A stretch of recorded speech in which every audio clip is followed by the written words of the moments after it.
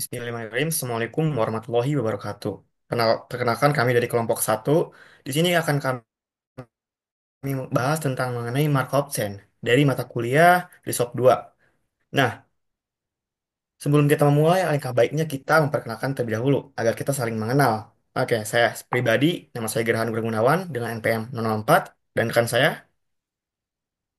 Kenalkan, saya Faridan Ahmad Kurnia dengan NPM 005. Perkenalkan, nama saya Muhammad Amin Hasif Haba dengan NPM 011. Perkenalkan nama saya Ahmad Sangaji Sobana dengan NPM 022. Perkenalkan, nama saya Muhammad Alkaf dengan NPM 025. Dan perkenalkan, nama saya Joshua Dungas Mata dengan NPM 027. Nah, mungkin kita lanjut mengenai model Markov chain ini. Ini pun telah ditemukan oleh seorang ilmuwan Rusia bernama Andrei Andreevich Markov itu sendiri hingga disebutkan mengenai namanya itu model Markov chain. Itu berada pada tahun 1906 pada waktu itu. Nah, mungkin kita harus mengetahui dulu apa itu arti Markov chain itu sendiri. Nah, Markov chain itu sendiri merupakan metode perhitungan yang sering dimanfaatkan untuk memodelkan berbagai macam situasi atau kondisi tertentu. Metode ini berguna dalam memperkirakan kemungkinan perubahan yang akan terjadi di masa depan, sehingga kita tidak tahu apa yang akan terjadi di masa depan. Nah, perubahan ini pun direpresentasikan melalui variabel-variabel dinamis pada waktu-waktu tertentu. Oleh karena itu, pentingnya kita untuk mencatat atau menyimpan nilai dari variabel keadaan pada setiap titik waktu yang dia akan diamati itu sendiri. Mungkin bisa lanjut untuk diperjelaskan mengenai apa itu market change. Baik, selanjutnya terdapat notasi dasar yang perlu diketahui untuk membuat suatu model Markov chain. Yang pertama ada state atau keadaan. State adalah kondisi atau posisi tertentu yang dapat ditempati oleh suatu sistem pada waktu tertentu. State merepresentasikan cakupan penuh dari semua kemungkinan situasi yang dapat terjadi dalam sistem dan menjadi dasar untuk menganalisis transisi serta probabilitas perpindahan antar keadaan dalam Markov chain. Untuk permodelannya dapat dilihat S dalam kurung S1, S2 sampai S yang ditentukan. Ini adalah himpunan dari semua keadaan yang mungkin ada dalam suatu sistem. Setiap S adalah satu kondisi yang bisa dialami oleh sistem. Misalnya, dalam sistem cuaca, dapat terdapat perumusan cerah, mendung, dan hujan. Selanjutnya, ada step atau langkah. Step adalah urutan waktu diskrit dalam proses Markov yang digunakan untuk melacak bagaimana sistem berkembang dari waktu ke waktu. Setiap step menunjukkan posisi sistem pada waktu tertentu dan digunakan untuk menghitung probabilitas keadaan sistem di masa depan berdasarkan keadaan saat ini. Untuk permodelannya dapat dilihat X0 sama dengan S2, yang berarti pada waktu awal sistem berada dalam keadaan mendung. Biasanya dinotasikan dengan XN yang memiliki arti keadaan sistem pada langkah atau waktu ke N. Langkah di sini adalah waktu diskrit, misalnya hari ke 0, ke 1, dan seterusnya. Untuk permodelannya dapat dilihat selanjutnya. Dan untuk notasi dasar yang terakhir itu yang ketiga, itu ada probability atau biasa dikenal dengan probabilitas transisi. Nah, jadi probability ini adalah ukuran peluang perpindahan dari satu state ke state lainnya dalam satu langkah waktu pada proses Markov. Nah, probabilitas ini disusun dalam bentuk matriks transisi dan menjadi alat utama untuk melakukan prediksi terhadap perilaku sistem baik dalam jangka pendek maupun jangka panjang.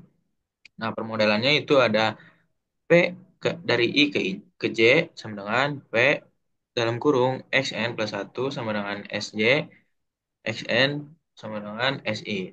Nah, dari notasi di atas itu eh, dapat diartikan probabilitas berpindah dari state I ke state J dalam satu langkah. Semua nilai yang didapat dikumpulkan dalam matriks transisi. Nah, jadi semua nilai yang didapat itu kita kumpulkan di dalam matriks transisi yang sudah ada contohnya di layar. Nah, jadi namun pada setiap baris dalam matriks transisi tersebut harus memenuhi syarat, yaitu syaratnya harus bernilai 1 untuk semua I-nya.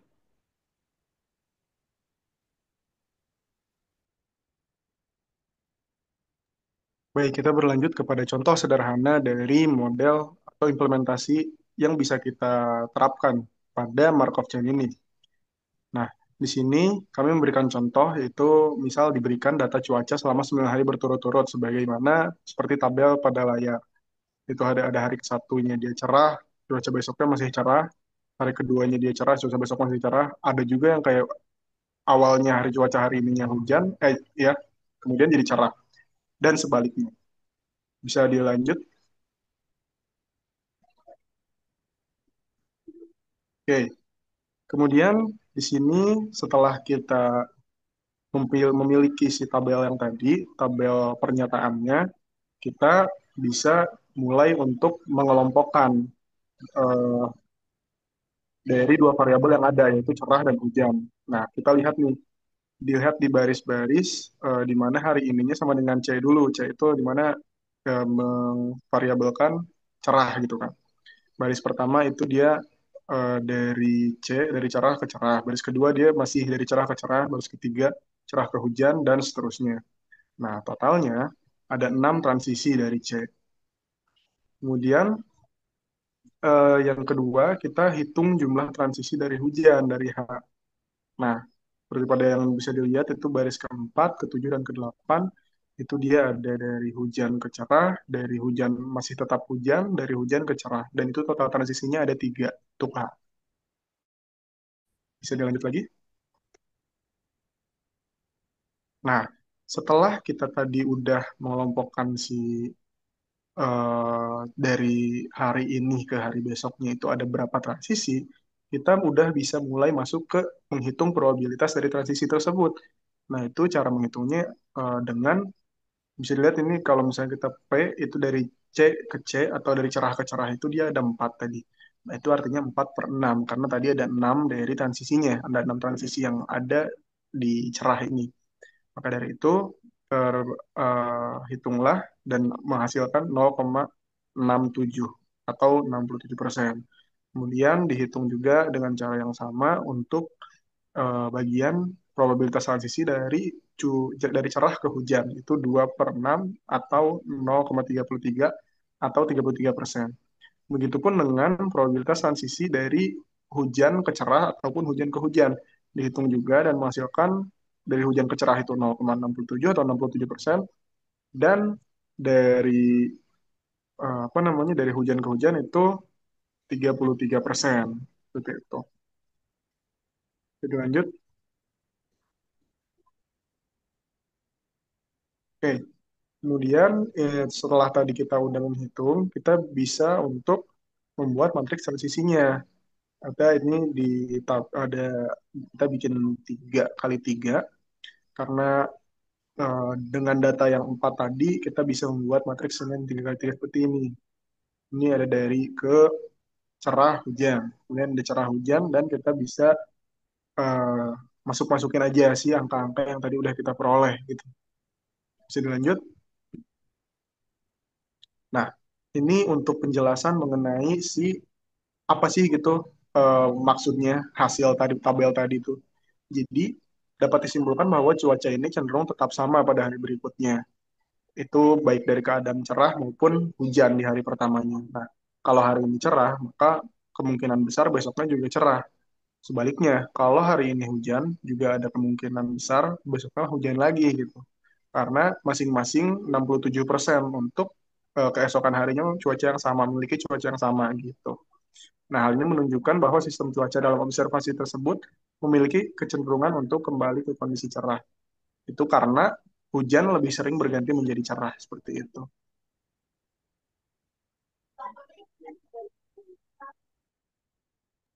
Bisa dilanjut? Oke, baik. Selanjutnya di sini ada contoh aplikasi dari metode Markov Chain. Di sini ada 4 bidang, yaitu ekonomi dan keuangan. Nah, untuk ekonomi keuangan ini, kita bisa menyusun strategi penjualan kita dengan memprediksi perilaku pasar atau resiko kredit. Bidang yang kedua ada biologi. Di sini, dengan Markov Chain, kita bisa membuat model urutan DNA dan juga bisa memprediksi populasi suatu makhluk hidup. Bidang yang ketiga ada ilmu komputer.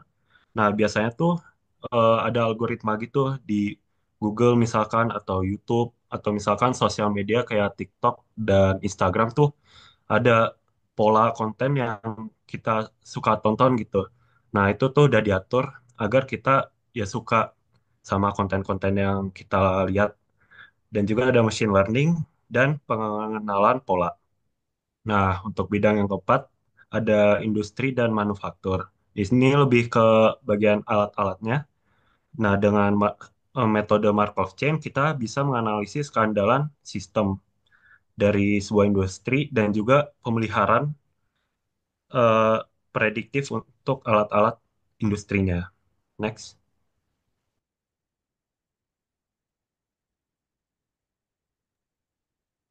Oke, baik. Selanjutnya kita akan bahas tentang aplikasi yang lain, yaitu salah satunya pada bidang medis. Nah, untuk di sini kita akan menjelaskan tentang, karena tadi sudah dijelaskan tentang perhitungan di contoh sederhananya, kita akan memberikan lagi turunan dari si Markov chain ini yang digunakan dalam bidang medis, yaitu Markov chain untuk model SIR. S itu susceptible, I-nya itu infected, dan R itu recovered.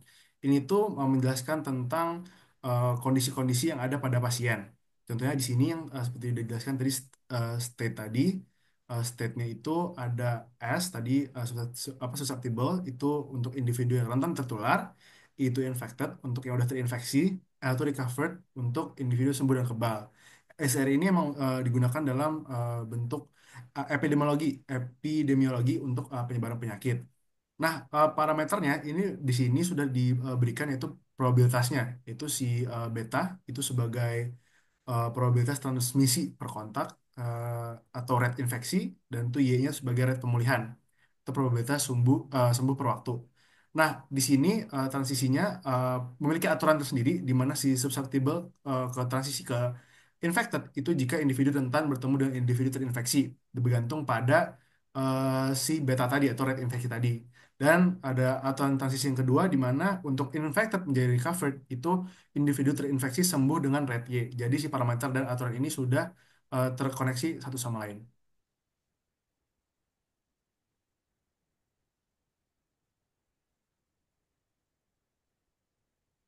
Nah, karena kita udah tahu dari rate dan juga aturan-aturannya, aturan transisi tadi, kita masuk kepada contoh kasus. Di sini kita menggunakan populasi 3 orang. Ini 3 orang di sini kita untuk mempermudah karena 3 ini sebagai angka diskrit. Di sini dijelaskan bahwa rate infeksinya itu 0,3 dan rate recovery-nya itu 0,1. Nah, state space yang mungkin itu berupa kombinasi S-nya itu sebagai susceptible, I-nya itu infected, R-nya itu sebagai recovered. Itu seperti yang sudah dicontoh, yaitu yang pertama itu 3 susceptible dan 0 infected dan recovered. Dan juga ada yang kedua, yaitu kondisi kedua, yaitu 2 susceptible, infected-nya 1 dan rate-nya 0, dan susceptible, infected, dan rate itu masing-masing 1. Nah, di sini ada contohnya kita itu dari probabilitas transisi di kondisi yang kedua, yang dimana susceptible 2 dan infectednya 1 dan recoverednya 0. Nah, di sini ada beberapa kondisi, yaitu yang pertama di mana adanya infeksi baru, itu dari susceptible ke infected. Nah, di sini kita menggunakan bahwa rumus rate di infeksi baru itu adalah beta dikali jumlah S atau susceptible dan juga dikali jumlah I untuk infeksi baru, yang dimana kita mendapat angka 0,6 dengan state yang baru, yaitu 1 1 2 0, yang dimana satu susceptible, 2 infected, dan 0 recovered yang menunjukkan uh, infeksi yang baru. Dan yang kedua yaitu ada pemulihan atau ya dari infected dari infected ke recovered, yang dimana dengan rumus rate itu Y Y apa itu rate untuk recovered dan jumlah infected yang menghasilkan 0,1 dengan state yaitu 2 susceptible dan 1 recovered dan 0 infected. Nah, jadi aplikasi ini itu mungkin akan berbeda dengan contoh sederhana, di mana contoh sederhana itu kita menghitung probabilitasnya, dan di sini pada aplikasi yang untuk turunannya dengan model khusus di bidang medis ini lebih menjelaskan bagaimana kondisi si pasien ini untuk transisi ke stage-stage berikutnya.